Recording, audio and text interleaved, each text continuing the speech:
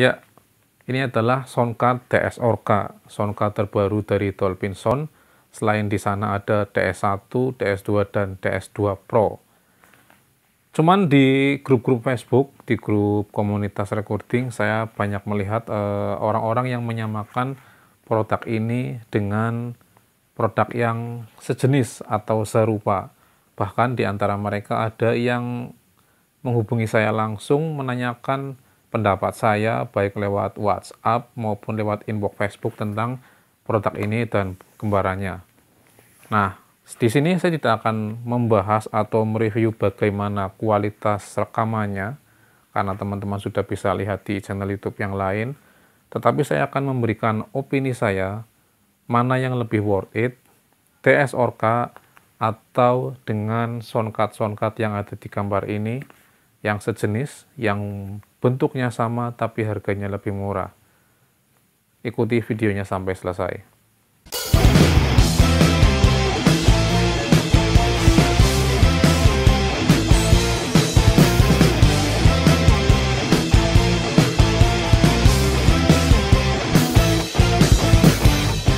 Ya, ini adalah soundcard baru dari Dolphin Sound DS Orca. Dimana kalau kita lihat di marketplace atau di marketplace luar negeri, kita akan menemukan beberapa produk yang serupa, persis barangnya sama, tetapi dengan merek yang berbeda. Nah, ini ada Reworal Key 24, saya pernah lihat di Shopee. Kemudian ada Key 24 tanpa merek yang lain, nggak ada Reworalnya, tapi hanya Key 24. Kemudian ada Senesai. Kemudian kalau Senesai itu di atasnya nggak ada gambarnya, hanya ada di bagian depannya ya. Kemudian ada lagi apa ini? Taeyun. Kalau Taeyun depannya nggak ada, tapi hanya ada di bagian atasnya. Nah, kalau kita lihat harga merek yang lain, varian yang lain dari universe yang lain ya, variannya ini, itu harganya sedikit lebih murah, antara 100 sampai 150 ribu. Atau mungkin kalau ada yang 200 sampai 200 ribu, saya kurang tahu ya. Nah, pertanyaannya, lebih worth it mana? Yang lebih murah itu, yang mereknya banyak sekali itu, atau yang dari Dolphin Sound DS Orca ini? Nah, sebelum kita membahas sampai ke arah situ ya, kita akan bedah satu persatu. Yang pertama, saya akan membahas tentang produk-produk dari China. Ya, seperti yang sudah kita ketahui ya, produk-produk China sekarang banyak sekali masuk ya, dari produk rumah tangga, olahraga, musik, semuanya ada. Ya, tetapi poinnya adalah apakah produk-produk Cina sekarang sudah bagus? Ya, kalau kita lihat zaman dulu waktu pertama kali Xiaomi masuk ya, Xiaomi itu bentuk HP-nya itu mirip sekali atau bahkan ya mirip sekali dengan produk iPhone ya. Kemudian makin ke sini produknya makin bagus dan bahkan Xiaomi sudah berubah menjadi perusahaan yang besar.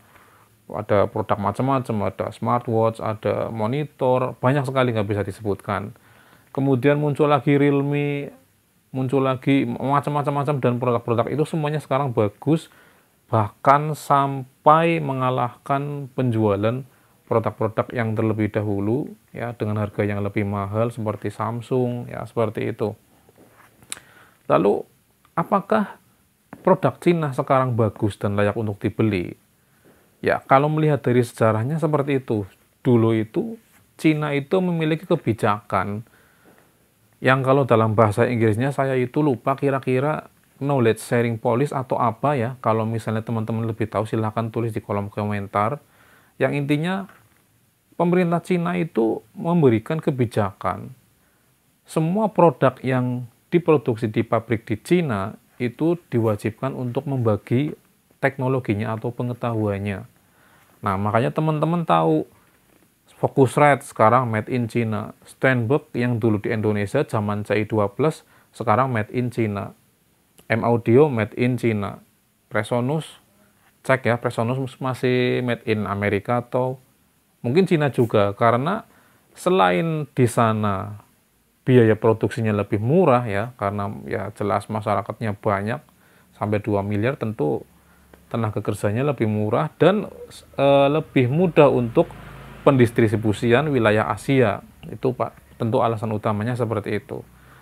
Nah, kalaupun mereka tidak dibagi teknologinya, ya mereka bisa dengan mudah mencontek teknologinya, kan seperti itu. Makanya produk Cina sekarang inovasi dan improvisasinya luar biasa, bagus sekali ya. Jadi kalau misalnya pertanyaannya, apakah produk Cina sekarang bagus dan layak untuk dibeli? Ya menurut saya bagus. Kalau kita melihat bagaimana seperti produk-produk HP dari China, bahkan mobil ya, saya sebutkan akhirnya seperti Wuling, itu kan sudah tidak bisa dianggap remeh ya, kualitasnya bagus. Hanya saja, apakah DS Orca dan yang lain-lainnya itu akan menyamai seperti kualitasnya Focusrite, Steinberg? Apakah akan menyamai? Seharusnya bisa, kalau mereka membuat dengan material yang kualitasnya sama dan harganya pun pasti akan sama.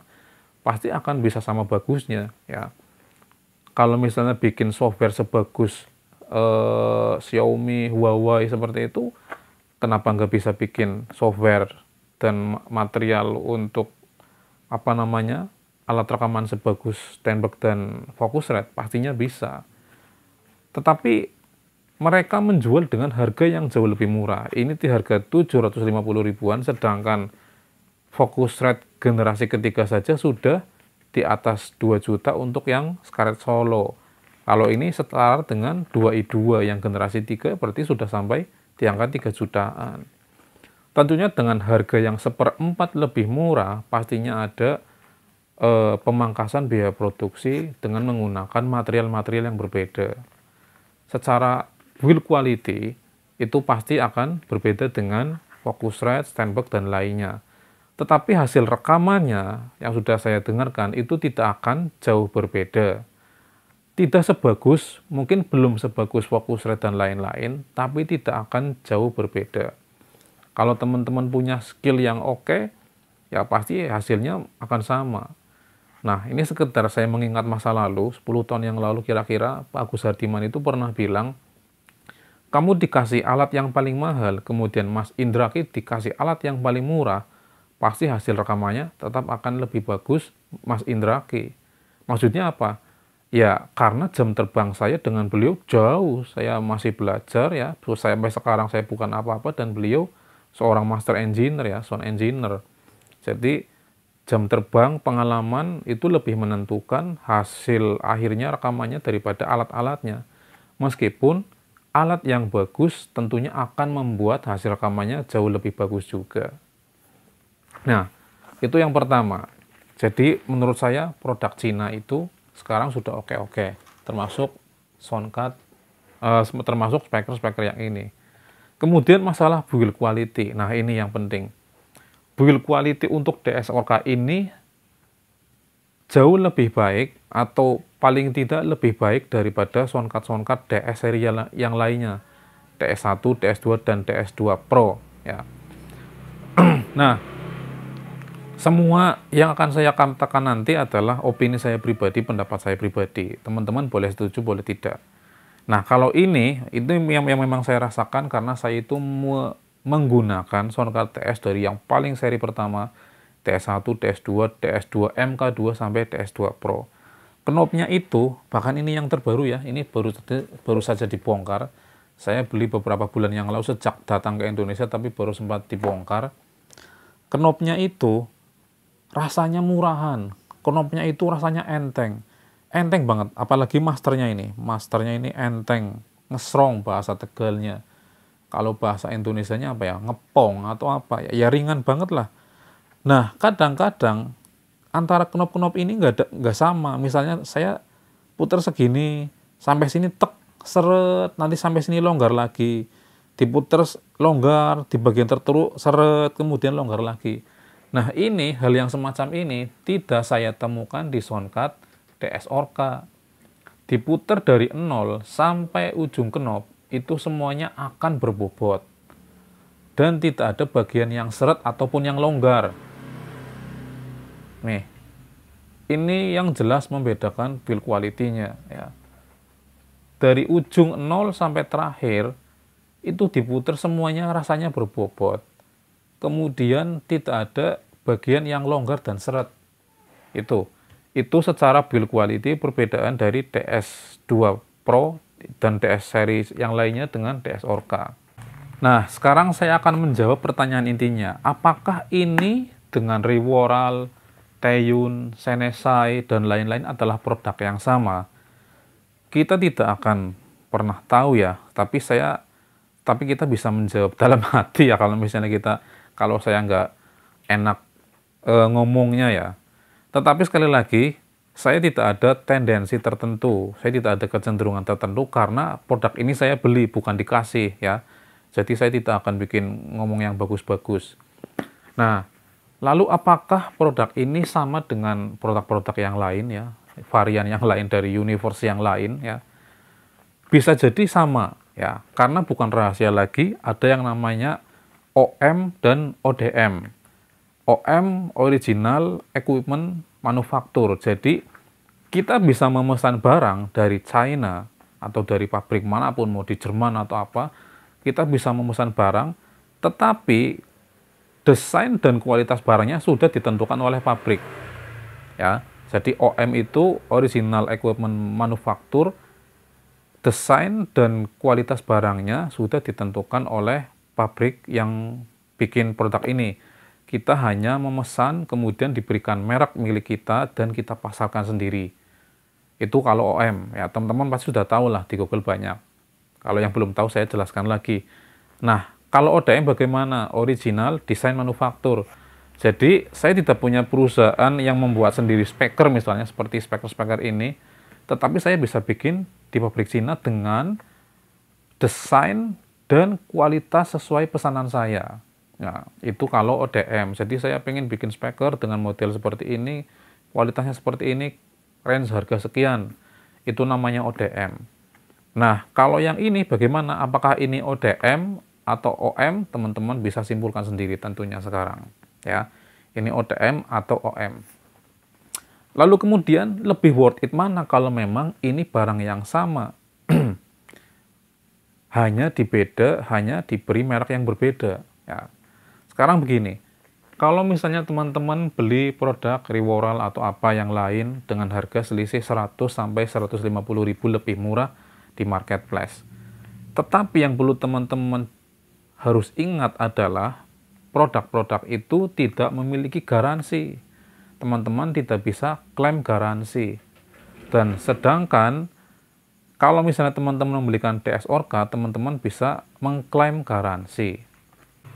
Sebagai perbandingan seperti ini, misalnya produk ini harganya 750.000, lalu produk yang lain harganya 600.000, selisih 150.000.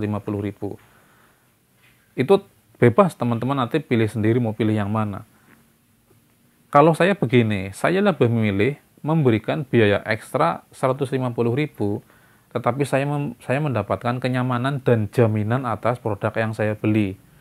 Saya mengeluarkan uang tambahan sebesar 150.000, tetapi saya mendapatkan garansi atas uang berarti berapa? 600.000 yang sudah saya keluarkan. Ya.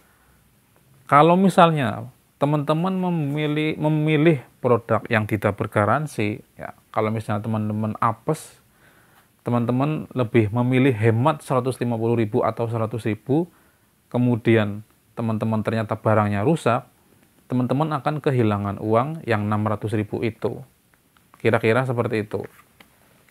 Lalu apakah memang seperti itu? Ucapan saya bisa dipertanggungjawabkan? Ya, saya memiliki beberapa kali pengalaman tentang produk-produk Dolphinson. Saya pengguna speaker DS dari generasi yang paling pertama, tahun 2013 atau tahun 2000 berapa itu. Pernah saya kebocoran, ketumpahan air, dan akhirnya menyebabkan box speakernya itu rusak ya. Saya konsultasikan dan ternyata boxnya itu diganti tanpa biaya. Itu yang pertama. Pernah juga saya DS yang ini, DS7A ini, adapternya itu mati ya, adapter atau apa itu, mati, tidak bisa dipakai. Setelah saya konsultasikan, ternyata saya dikirim gratis dari Dolphin Sound. Hal-hal yang serupa juga sering saya temukan di Facebook ya. Kalau misalnya ada teman-teman yang bertanya bagaimana tentang servis ini, Koh Rudi sering memberikan komentar di Facebook. Silakan Pak, kirim saja ke Dolphin Sound, kirim ke alamat kami. Kira-kira seperti itu. Saya juga kemarin 1 hari yang lalu mau beli monitor baru karena ini masih 24 in. Saya pengen beli yang 34 in. Kalau merek-merek yang lain Samsung, Xiaomi itu harga 5 jutaan. Saya menemukan di marketplace itu ada harga 2 jutaan, bahkan kurang. Setelah saya cek, ternyata mereknya nggak ada. Kemudian saya cek diskusinya, ternyata itu barang memang yang diambil langsung dari Cina tanpa merek. Setelah ditanyakan klaim garansi, nggak ada garansinya. Nah, oleh penjualnya, jujur disampaikan bahwa pembeli disarankan membeli produk tambahan, produk asuransi. Jadi, kalau misalnya ada kerusakan dalam 1 tahun atau 2 tahun, akan dijamin oleh perusahaan asuransi itu. Seperti itu. Saya lebih memilih produk yang lain, walaupun harus membeli lebih mahal ya, Samsung atau Xiaomi, karena saya memiliki jaminan dan kenyamanan atas produk itu. Ada garansi sampai 3 tahun, seperti itu. Ya, jadi kesimpulannya, kembali kepada teman-teman, kalau pendapat saya pribadi, saya lebih memilih ini, karena saya sudah memiliki pengalaman bagaimana mudahnya klaim garansi di Dolphin Sound. Kemudian yang terakhir, biasanya yang banyak bingung memilih sound card ya, atau memilih perangkat alat rekaman, itu biasanya di kalangan pemula. Biasanya loh ya, nggak tahu sih sekarang ya. Nah, biasanya pemula itu bingung, waduh mau beli apa ya bang, bagus mana, Focusrite dengan ini, dengan ini, dengan ini ya. Bahkan DAW aja bingung mau pakai yang mana, ya itu wajar. Tapi kalau yang sudah pengalaman, biasanya enggak ya. Mau beli ya beli aja. Pokoknya beli sesuai dengan budget yang dimiliki saat ini. Toh hasilnya tidak akan jauh berbeda menurut saya ya. Nah, misalnya nih, teman-teman beli soundcard DS 2 lah yang harga berapa sih, 600 atau berapa, atau yang sekarang inilah DS Orca 750.000. Nanti setelah berjalannya waktu teman-teman pengen beli Focusrite misalnya, ya beli aja, ini dijual aja. Loh, nanti rugi bang? Nggak rugi. Loh, kenapa nggak rugi? Selama memakai ini, teman-teman mengeluarkan investasi sebesar 750.000 ya. Selama pemakaian itu teman-teman akan mendapatkan pengalaman dan ilmu ya. Jadi belajar dari barang yang harga terjangkau dulu, kualitas baik ya, nggak jelek-jelek amat, nggak jelek bahkan bagus lah ya. Itu nggak ada ruginya. Kalau misalnya dijual lagi 500.000 atau apa-apasnya laku 400, enggak sih ya, kalau 400 enggak mungkin ya, kalau masih baru-baru ya. Beli 750.000 dipakai berapa bulan, lalu ada dana lagi pengen ganti, jual aja, rugi 200-300 nggak masalah. Itu kalau saya, karena saya sudah mendapatkan pengalaman dan ilmu dari barang pertama ini. Kalau pengen ganti, tinggal dijual, rugi, beli yang baru, ya, beli yang soundcard kedua, kemudian sudah mendapatkan pengalaman, pengen ganti lagi, ya. Itu sih kalau saya, ya, karena tidak ada ruginya. Menggunakan alat ini saya mendapatkan pengalaman dan mendapatkan ilmu. Itu tidak bisa didapatkan hanya dengan nonton review di YouTube, teman-teman. Ya, itu hanya bisa dirasakan langsung. Ya, seperti itu tidak bisa didapatkan nonton review dari YouTube. Oke, kira-kira seperti itu videonya. Kalau misalnya ada yang kurang-kurang, silakan teman-teman tambahkan di kolom komentar. Barangkali videonya kepanjangan, dan sekali lagi ini hanyalah pendapat saya pribadi. Terima kasih sudah menonton dari awal sampai akhir. Bagi yang belum subscribe, jangan lupa silakan di subscribe. Sampai jumpa di video selanjutnya.